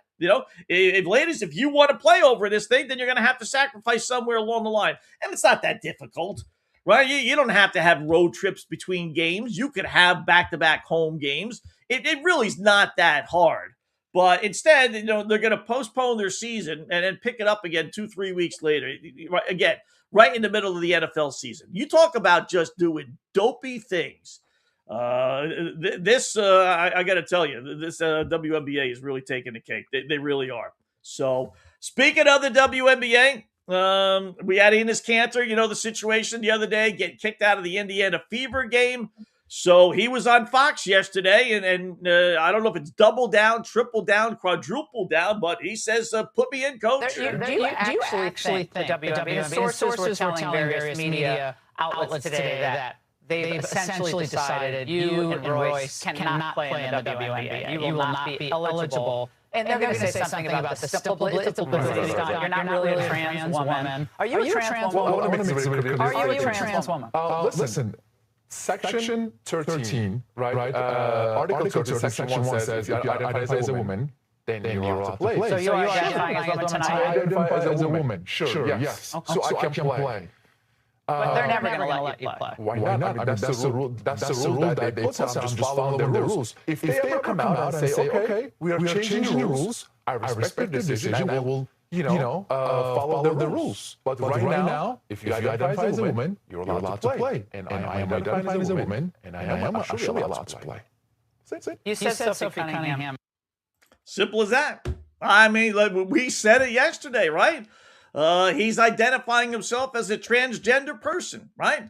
Do you need a sex change? No. Do you need breast implants? No. Do you need your pecker taken away? Adding a vagina? No. Do you need chromosome shots? No. Do you need to legally even change your name? No. You don't need to do anything except wake up on the wrong side of the bed and say, you know what? I'm going to be a woman today. I may change my mind and go back to being a man tomorrow, but today I'm a woman. That's all it takes. That's how stupid this transgender crap is. You're a phony. You're complete. I have more respect for gay people and people that have sex changes and all that other stuff because at least they're making a stand. They're actually doing it. The transgender person's not. He's a phony. He's a fraud, or she's a phony. She's a fraud. She just wants to, or he just wants to, be a transdresser. That's all. Wants to dress in women's clothes. That's all it takes. And that's how stupid it is. And that's how easy it is for the WNBA just say to know them. No, we're not taking transgender people because you don't have to do anything to be transgender. You're still physically a man. So, then he said he texted Sophie Cunningham after the game. Said, I said, please focus on your game because you're a national treasure. She is an American hero and should be protected at all costs. She's not only inspiring girls in America, but all over the world. She's an idol. It's funny, as I sent out on Twitter, she's all this stuff all over the world except here in the WNBA. The league that she actually plays in is the one league where she's not all these good things, which is just absolutely crazy. So Royce White's attorney says he's going to sue. And I said this yesterday, expect a lawsuit, right? I mean, it's in your bylaws. If transgender people are allowed, right? I don't know how you can keep them out because you don't think they're serious, because you thinking they're making a mockery of your rules. Well, you know what? Too bad. They probably are, but who's to say? You can't pick and choose who's a real, confused person and thinks he's a woman. You don't have that right to say, okay, we believe you, but we don't believe you. So they'll win their court case in 2 seconds. 2 seconds. And what would have to happen is the WNBA would say, okay, transgender people aren't allowed. And that's all it takes. I wish America would open their eyes to that. A transgender person is not someone who's had chromosome shots or have any other kind of surgery. Nothing. You don't even have to change your name. Again, literally, it's not an exaggeration. You wake up on the wrong side of the bed and you just say, I'm a woman. And that's it. That's all transgender is. So it shouldn't be that difficult for companies and leagues to say, no, listen, if you're in the middle of a sex change and you're taking chromosome shots and you're taking your pecker off and all this other stuff, all right, you know what? Then we'll buy your story. But if you're just saying you're a woman because you want to say you're a woman, no, that shouldn't be that difficult for these leagues to say no to that, or these sports, right? And if not, they'll get sued and they will lose. There's no two ways about it. They will lose. And I'll tell you that the WNBA is in danger of just crashing. It really is in danger. They're a freak show. We know that, right? I told you about all, the owners are lesbian, the fans are lesbian, the players are lesbian. There's a majority of that community, right? It's a freak show. And I don't mean that necessarily in a bad thing. Look up freak. It's not necessarily a bad thing. But it's not going to withstand all the pressure of trying to be normal. It's just not. So if you want to be a freak show and you're going to allow, the transgender people in, you're going to have 20 guys. No doubt you will come up with easily 20 guys. It'll run the league over and the league will have to shut down. It will, because then no one will watch it and they'll know it's a farce. And that'll be the end of that. It really, all these players will go find, jobs overseas. They'll go in other countries where they can play, and that'll be the end of the WNBA. And it's pretty sad. It really is. So, and then you got, Royce White. He's saying that his legal counsel, Matt Gaetz, said the WNBA should preserve all records in anticipation of litigation. Royce White saying, as a black trans lesbian, interesting, he says he's a lesbian, right? That's what I've been telling you. Ask these guys, if you really think you're a woman, right? Then are you attracted to guys? And automatically their answer, whether it's Bruce Jenner or, Royce White, no, I'm a lesbian. Oh, so you still like, you don't want to go that far and admit that you like guys, right? No, I don't want to do that. I'm trying to make a point here, Scott, but I'm not trying to make that kind of point. So I'm going to be I'm going to be a lady lesbian. That's it. So I still like women, just like, as I told you with Bruce Jenner, right? So he says, as a black trans lesbian, the rumors of denial for my multi-spirit existence are concerning. I'd like to remind everyone that there's a trans genocide taking place right now in America. These kind of casual comments lead to violence and our deaths. To tell a black trans woman, meaning him, that she's not a woman or that the trans experience is a stunt is a transphobic, bigoted, and racist. Yep, he's 100% right. 100% right. WNBA may be 100% true. Don't doubt this for a second. But you don't have that right, league, to say who's in and who's out. You just don't. Just change the stupid rules. What is the big freaking deal? I mean, it's crazy. It really is crazy. So I'm telling you, 2 years from now, the WNBA might not be around. New York Liberty, right? They blocked the pro women's sport. This is how freakish this league is. That this is like they blocked a pro women's sports message. They put messages, on the billboard, like the kiss cam and all that other stuff. So someone wanted to buy a message. I don't know how much they pay, how much they charge. That would be pro women's, meaning no transgender people, right? They rejected that. But they allowed, hey, trans fans, glad you're here. They allowed that message. They want to line themselves up with the freaks, but they won't allow the message of pro women's sports, not allowing transgender people in. Yeah, it's just nuts. You just missed the old days, right? You just missed the good old days, as Archie Bunker and Edith Bunker sang it All in the Family, greatest TV show of all time. Those were the days, right? When the Mike Leaches of the world, how funny was he? God rest his soul, right? Remember the clip when they asked him about marriage? Someone was getting married, some family member or some reporter, I think, was getting married, and they asked good old Mike, former Texas Tech, Washington State head coach as well, his thoughts on getting married. This is the good old days. The women lose their mind. Your fiance is going to lose her mind. Your mother-in-law is going to lose her mind. Your mom is going to lose her mind. Several of your sisters and female relatives are going to lose their mind. And then they're going to barrage you with constant questions. What should we wear? And then, which of course my answer was, I don't care. And then, what color should the invitations be? I don't care. What should we have for dessert? I don't care. Should we seat this way or that way? I don't care. But see, I don't care is not satisfactory at all. And you're going to get caught in catch-22, and I'm certain that you already have. And then catch-22 is, well, I want you to be a part of this too. So what color invitations? All right, the blue ones. Well, I kind of like the tan ones. Okay, the tan ones then. Oh, you're just saying that because you want this only. You're not even thinking about it, which is of course true. What do you want for dessert? I was thinking of strawberry shortcake. Oh, okay. Yeah, strawberry shortcake would be good. Well, what about the blueberry pie? Well, I like the blueberry pie. We could have the blueberry pie. Well, I thought you said you wanted the strawberry shortcake. And it's just going to go back and forth, and they're going to play keep away from you until after you're married. There's no answer you can give that is going to be satisfactory or correct. And if you successfully please a few of them, the others will still be, I just don't feel like he's that interested. Yeah, okay, so you need to work late.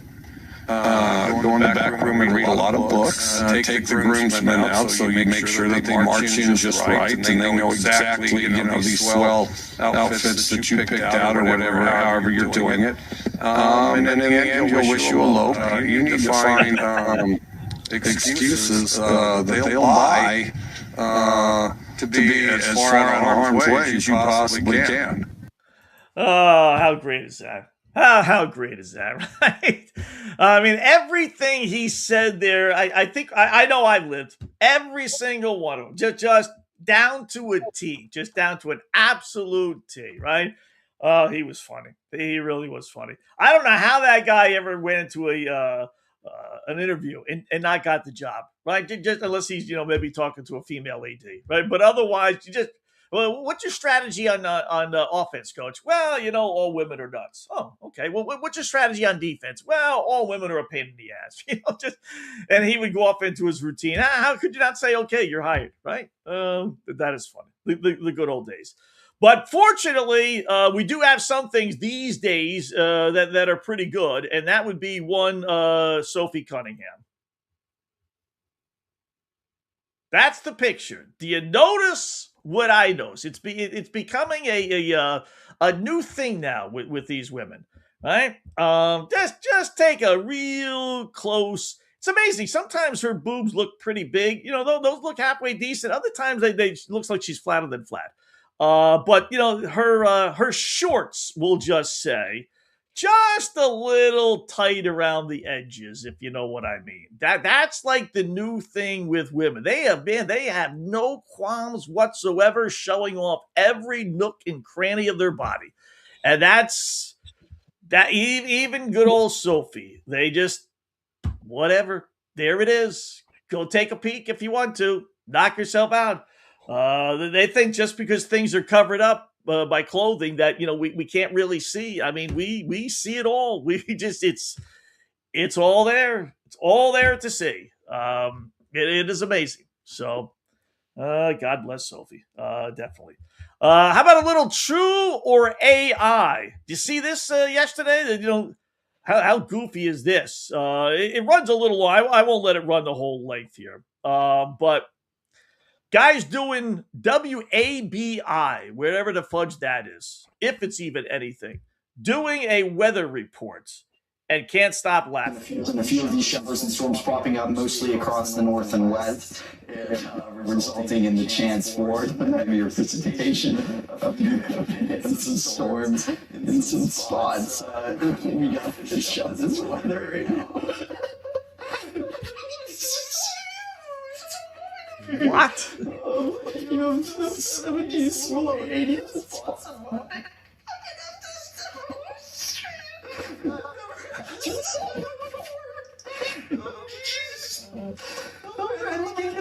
And they keep the camera on him. Where the guy is obviously having a hysterical laughter fit.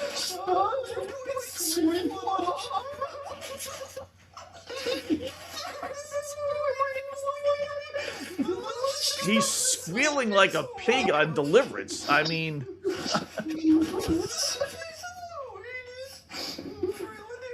The whole it goes on for like another minute. Like they kept on going to the weather. In fact, they flipped back to the anchor and then went back to this guy who's having this hysterical laughing fit, right? And I'm thinking to myself, that can't be true. That's sometimes we have some that are true. Sometimes we have some that aren't true. Like that can't be right. So no, it's actually true. It's a TV It's a TV news operation out of Maine, Bangor, Maine.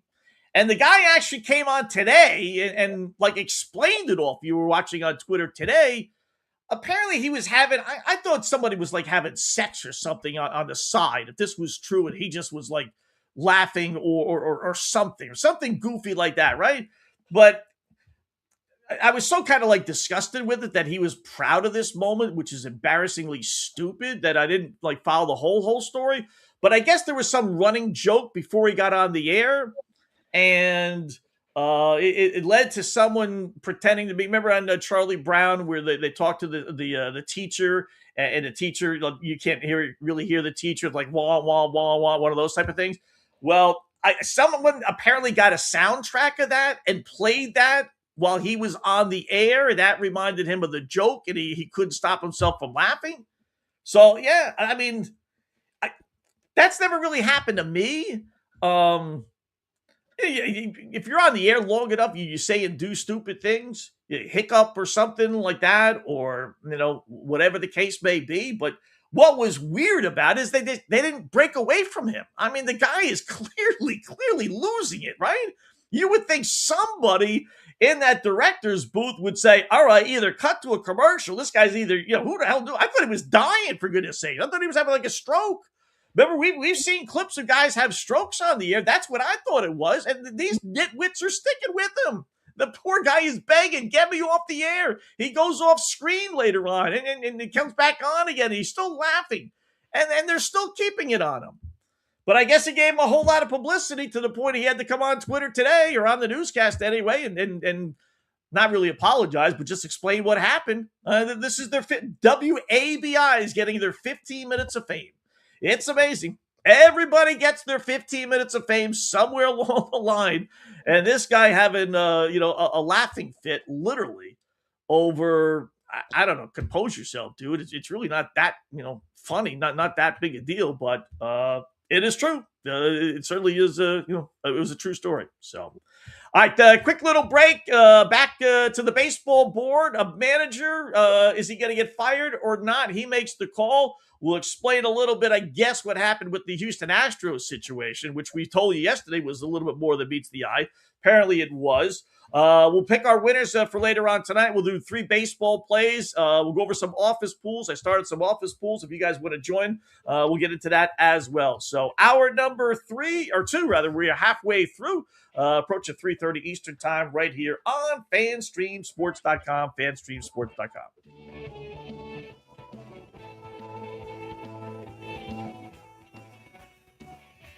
Hi, golfers. IndyCar Tim here. I want to talk to you a little bit about Golf Central Magazine. It's not just a golf magazine. It's the magazine for everything. Turf, travel, philanthropy, and lifestyle. Head over to golfcentralmag.com and check out the latest issue. Some of the regular features in Golf Central Magazine: the Golf Bachelorette of the Month, the Golf Bachelor of the Month, the Golf Cart Girl of the Month, Golf History, Grip It and Sip It. So head over to golfcentralmag.com. It's free. It's the magazine for everything: turf, travel, philanthropy, and lifestyle. Golf Central Magazine at golfcentralmag.com. We'll see you there.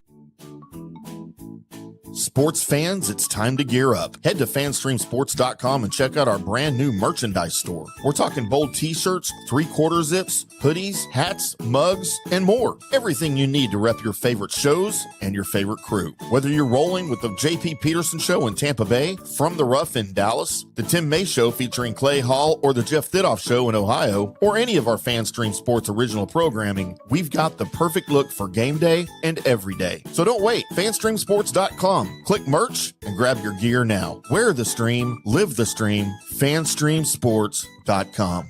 Hey folks, let me tell you about Bay Area Modern Medical Center, a very different kind of approach to primary care. Personalized preventative medicine, not a one-pill-fits-all mentality.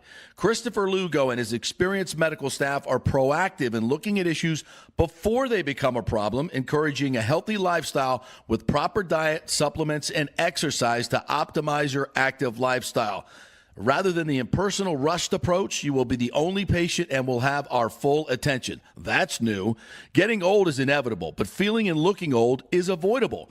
Bay Area Modern Medical Centers are experts in anti-aging regenerative medicine that optimizes your body's performance in many areas. So call for an appointment to get started on a journey back to full health and a happy life with a new, modern way of healthcare. Call 844-977-3477 or go to BAMMC.com. That's 844-977-3477 or BAMMC.com. Today's show is brought to you by Tomstown, a premier craft distillery based in Kansas City, Missouri. Discover their award-winning lineup, including double oaked bourbon, botanical gin, and double grain vodka, named the best craft vodka by the readers of USA Today. Available for online delivery in 40 states. Visit toms-town.com or their Kansas City distillery to explore more. Elevate your game with Tomstown, where history meets innovation. Please enjoy responsibly. Orion Golf Management Solutions. Orion Management Solutions has tailored its service packages just like it tailors its approach to customers. Some owners need more supervision, while others need periodic assessment of their short-term and long-term strategies and programs. Orion can be called in to develop a business plan with the existing staff, or we can assist with the daily management of a facility or event. Either way, we make sure the client is satisfied and understands the direction the facility needs to go in order to achieve the owner's goals. Orion Management Solutions can help with owner assistance service solutions, daily course management, business plan development, monthly operations, or as-needed consulting services. Whatever your need, Orion Golf Management Solutions can help. Check out oriongolf.com. Let's go! Right now, back to the show on FanStream Sports.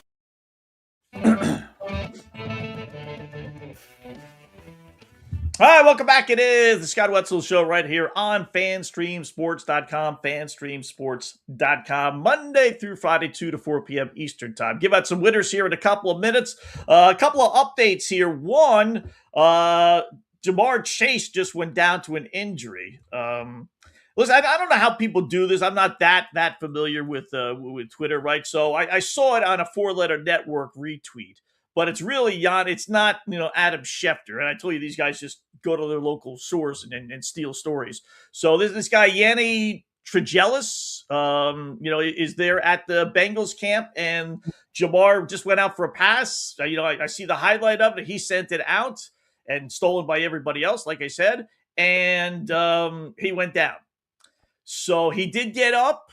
limped off the field, had to be helped off the field, apparently was walking around a little bit and is apparently okay. But man, this Bengals team, this Bengals team man, they're just stricken with injuries, whether it's Joey B or whether it's Chase or whoever. It just seems like there's always one main guy every single year.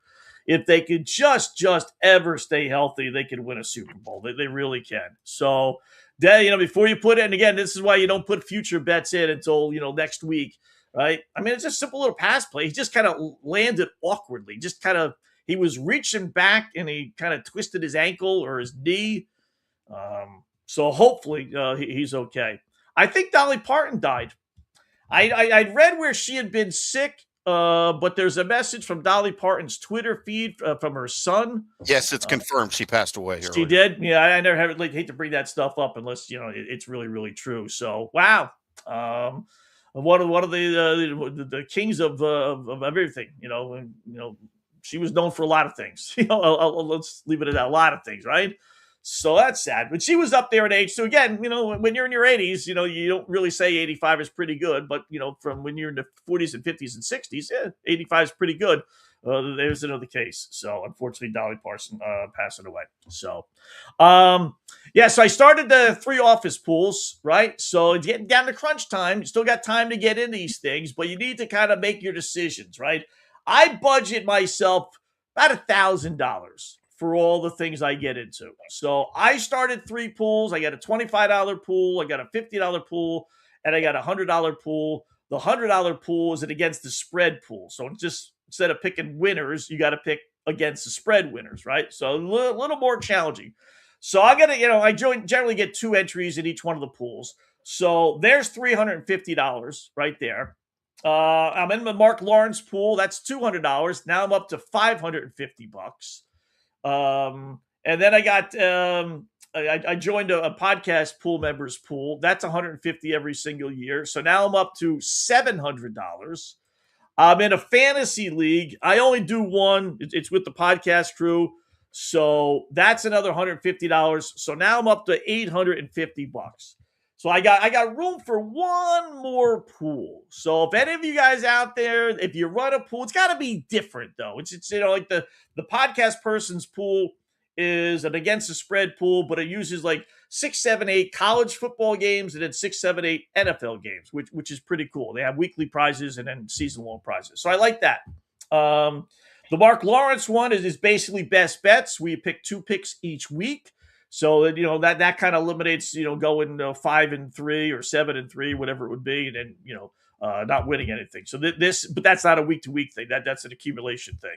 So that's good. Fantasy league is the fantasy league. I'm not big in fantasy. I just assume bet, but we do it on the podcast, so why not? So we're going to do that. So I got I don't know what else kind of pool you could come up with. But if anyone else has any goofy pools and you need one more player, let me know. I would be interested.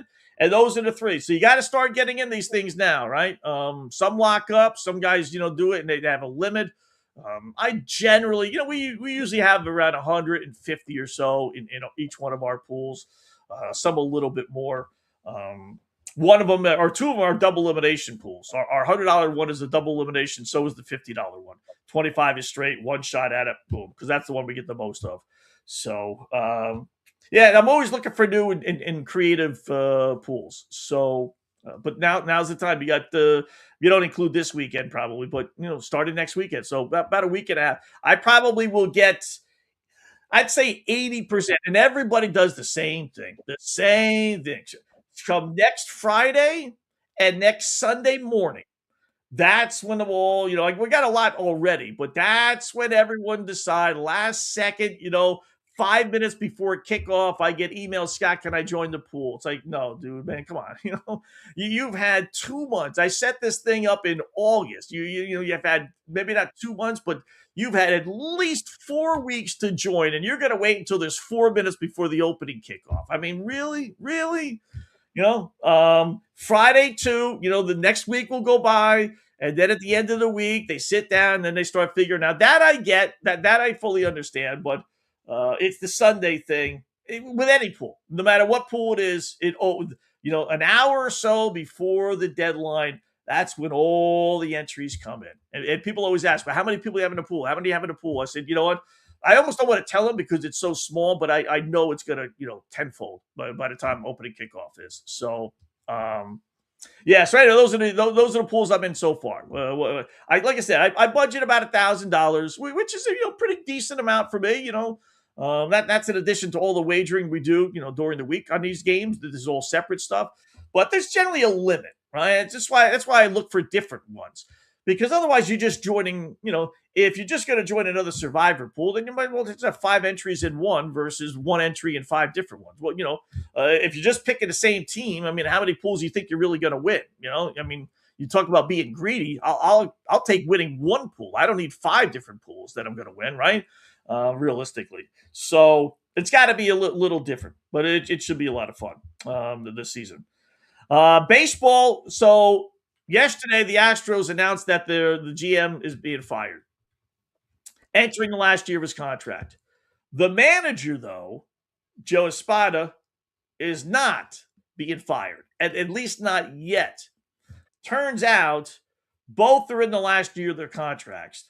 They asked the manager, Espada, do you want to stay on until the end of the year? He said yes. I'm guessing they did the same thing with the GM, and the GM said no. And why would that be?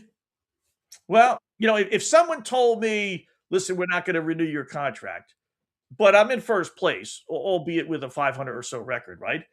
I think the first thing I would say is, well, what if we win the World Series? Or what would it take for you to change your mind and give me a new contract?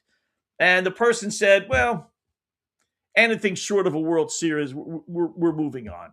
We can't fire you if you win the World Series. I mean, how bad would that look? But you know what? If you got to the World Series, the AL is so bad that, you might, but it's not really anything you guys have done. It's just a process of elimination, battle of attrition. So we're not going to give you credit for that. But if you win the World Series, then we'll give you a new contract. And I got a feeling the GM said, well, I don't like those odds because we're probably not winning the World Series. We might get there, but if you're 100%, you would not rehire me. Nope. So he probably said, all right, then I might as well quit now and get a head jump on all the other jobs that will be opening up. Why wait till the end of the season? Why wait for my team to get into the playoffs? I can't do any interviewing. I can't look around. I can't, go to different functions and look for jobs. I can't do any of that stuff while I'm still GM, obviously, of the Astros. And if I'm dead man walking, what's the point? I got a feeling that's what happened. Espada, the manager, I think he would get a little bit more credit for making the playoffs, even with a 500 record. I think if he got, through a round or two, maybe made the American League Championship Series and they fire him, I think he'd get some sympathy. He'd get a lot of publicity, right? You're in the playoffs, you're winning some games, you're winning some series. It does make more sense probably for him to stick around. I would never walk away. I would just say, all right, I'll take my chances then. I just will. That's why I have agents, and I'm surprised the GM didn't say that. Just, all right, you know what, I'll stick around, but I'm going to tell my agent to go shopping around because I know I'm going to get fired and let the agent do the dirty work. So, but Espada apparently, it's weird how they would do that, right? Why would they tell a guy now, give him the option when you're going to move away from him? Why not just fire him then? Maybe you give your team a little bit of a spark. We've seen that happen many times. Philadelphia Phillies, the latest team. Hell, even the New York Mets now are playing much better baseball. Red Sox playing much better baseball. Whether that has anything to do with the manager changing, don't know. But bottom line is when these teams make changes, it does provide a little bit of a spark. So if you're the Astros, and you don't think the team is doing well, hence you're firing the manager, well, why not just fire him and take the chance to change, has an impact with your club? That's kind of weird. Unless they're afraid that the new guy would take them to the World Series and then they would be locked in with him and they have, they want to go outside of the organization. But what's the worst that can happen? You go to the World Series. I mean, that's a nice issue to have. So that's kind of what's. How do the Astros react to that? Right? They just lose 6 out of 9 at home. They finished up a 9-game homestand over the weekend. They had 3 losing teams. They had the A's, the Angels, and the Mariners. And they only went 3-6. So you know they're reeling. Now you have the GM get fired. And now you have the manager be told he's being fired.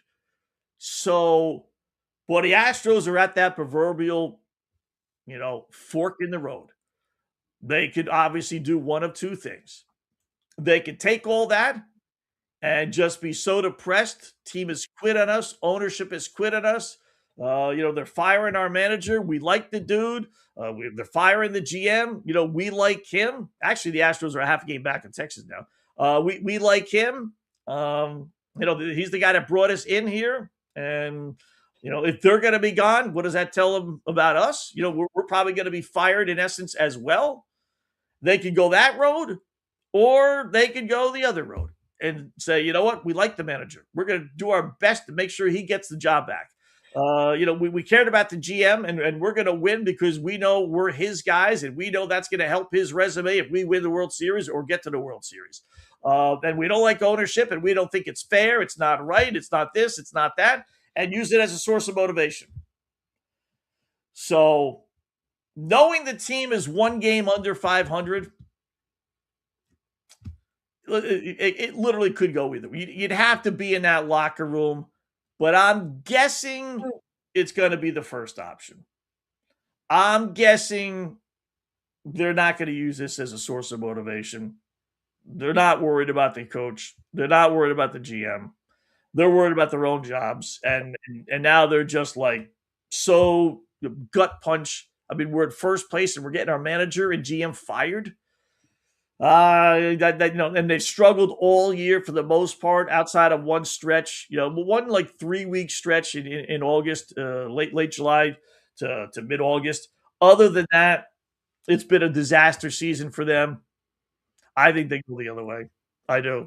Normally, I like to play on teams, the coaches fired system, managers fired system, but I don't see it with this team. I really don't. When stuff like that happens, the Astros would have been much better off just firing both of them, just cutting the cord and just saying, nope, not happening this year, versus all this up in the air stuff. So it's that leads a weirdness in your locker room. So I don't like that. Really don't. Baseball board today, we need to find 3 winners. We always check WNBA. We don't play them all the time, but what do we got? WNBA, we got 3 games. Chicago and Connecticut, don't worry about it. Dallas laying 8.5 against the Fire. Dallas at home, that's a consideration. Mystics laying 2.5 at Phoenix is not a bad little look. Washington was playing great ball. Then they played the big boys and they lost. Now they're taking out a lousy 13-24 Phoenix Mercury team that is basically done. Hard not to like Washington, so let's fall for it. Give me the Washington Mystics, laying 2.5 only on the road at Phoenix. That'll be play number 1. Other 2 will be in Major League Baseball. Let's go to the baseball page here, see what we have for us. Not in love with these matchups, I must say, but I'll scroll all the way down, and I'm going to take the San Diego Padres. We played them yesterday. They lost, tied the game in the bottom of the 9th inning. They lost in extra innings 3-2. Right back on the Padres with Michael King on the hill, laying $120 against the Pittsburgh Pirates and Paul Skeens. And there aren't many times that I would ever say go against Paul Skeens, but this year, much different. Let me write this stuff down versus Pittsburgh. Pittsburgh is 4-12 in Skeens' last 16 starts. 4-12. Started off the season great. They ended up winning, 1, 2, 3, 4, 5, 6 of his first 9 starts. So it looked like it was going to be a typical Paul Skeens year, right? April 24th, he throws 7 shutout innings against the Brewers. Like I said, the team at that point, had won 4 of his first 6 starts, and the runs he allowed up until that point, he allowed 5 opening day in that weird game. But boy, was that a precursor to what was to come? Remember, he allowed 5 runs against the Mets, couldn't get out of the first inning. But then after that, 1 run, 1 run, 1 run, no runs, no runs, 3 runs, no runs, no runs. So, it was going to be a Paul Skeens year, right? Boy, from that point on, just downhill. Just absolutely, like I said, 4-12.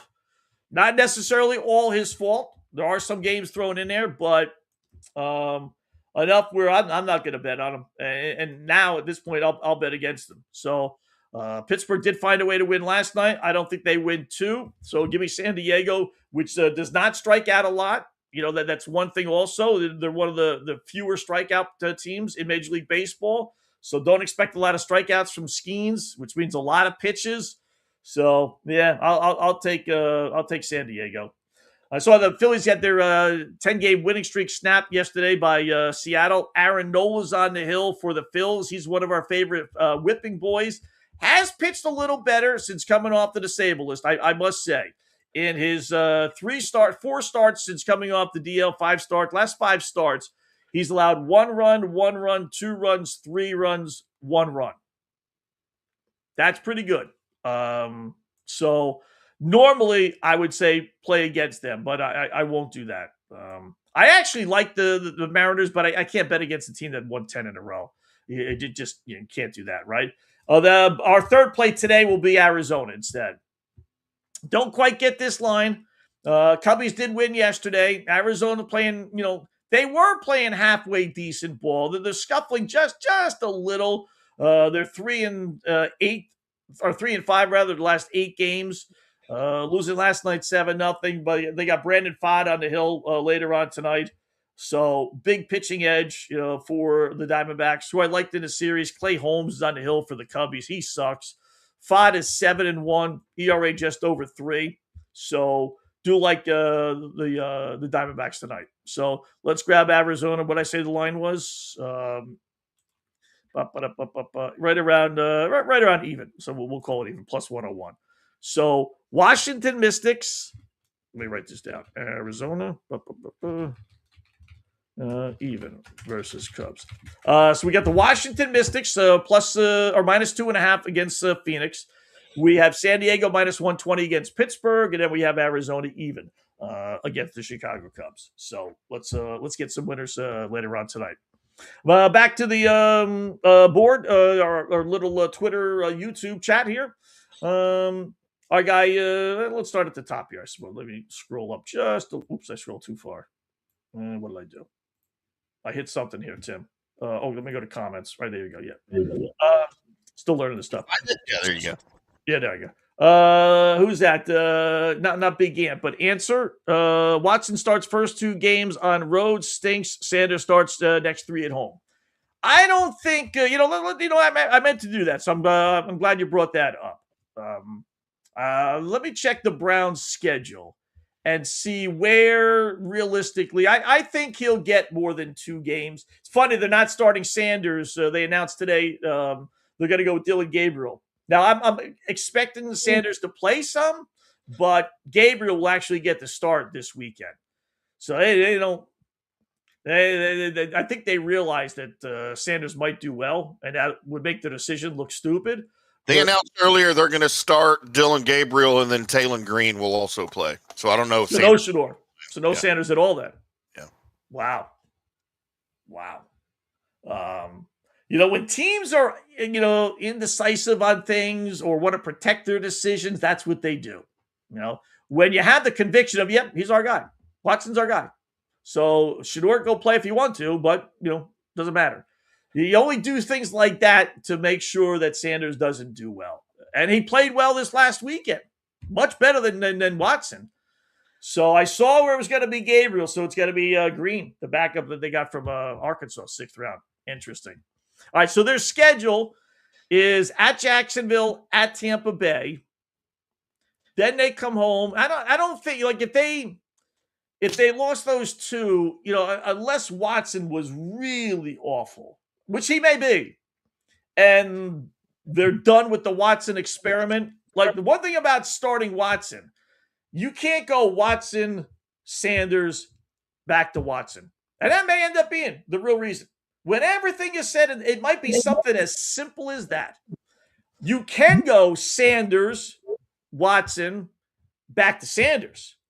That you can do. You can't go Watson, the veteran, to the rookie, back to the veteran. There's no point in it, because at that point the season's lost. So you might as well just go Watson, Sanders, maybe Dylan Gabriel, something like that. So they're going to give Watson the first crack at it. They got Carolina at home, Pittsburgh at home, Jets on the road after that. That's not bad.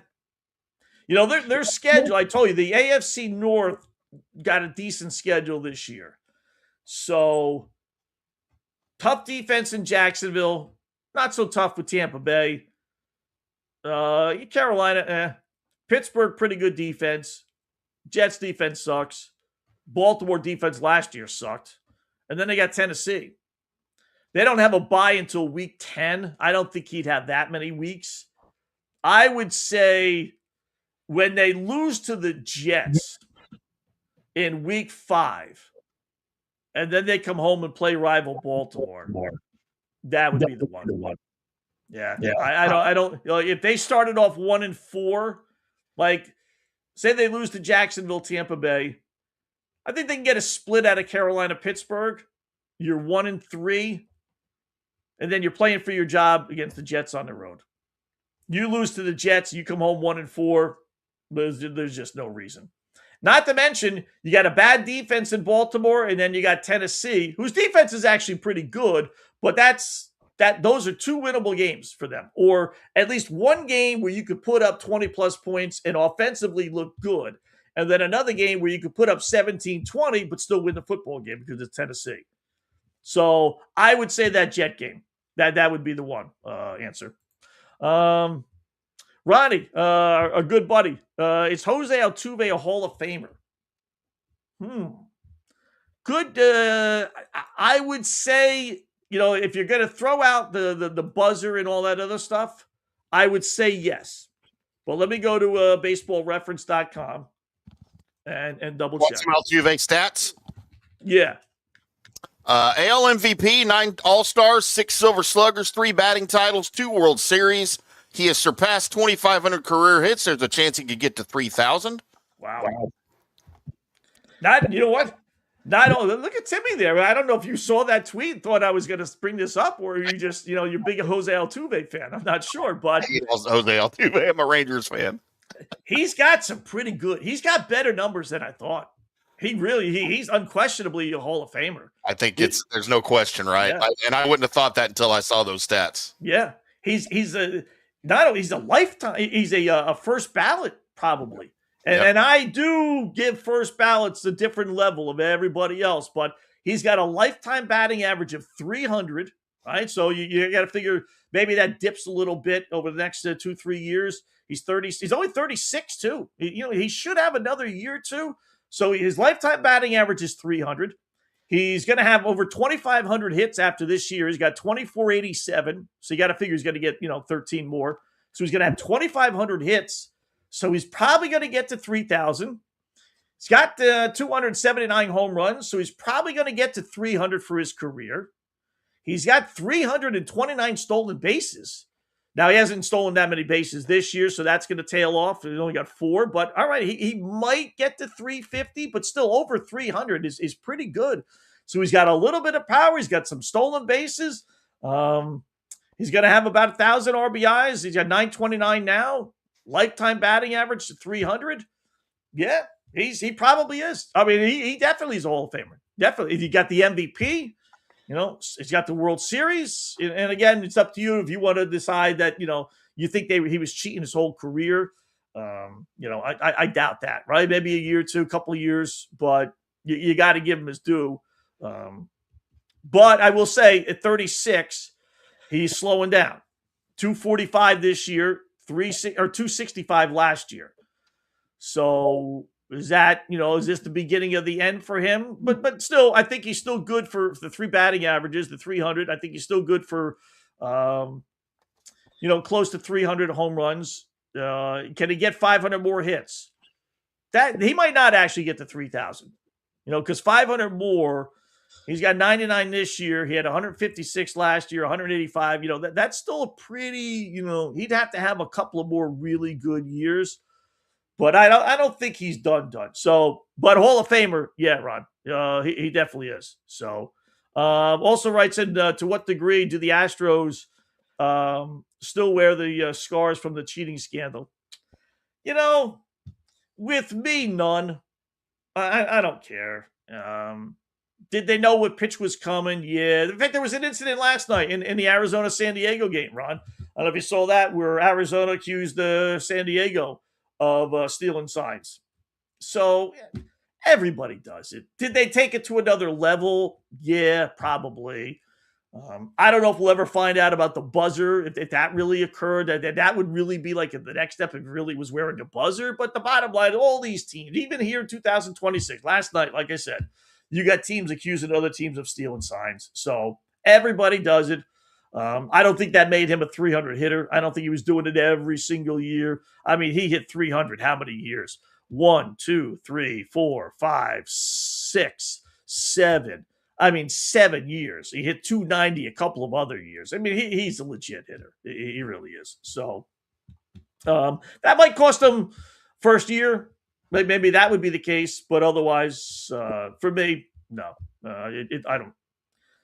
Steroids is one thing. That's where I kind of draw the line. But the buzzer and then stealing signs, and that's Major League Baseball. So good job by all the folks that are tuning in. Again, hit that subscribe button and make sure you send a tweet at Opposite Picks. Go to the website, oppositepicks.com.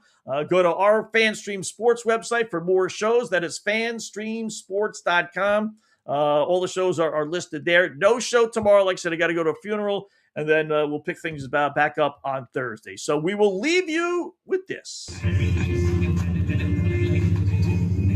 Yes. We got the front side from Sophie, and we got the back side from this young girl.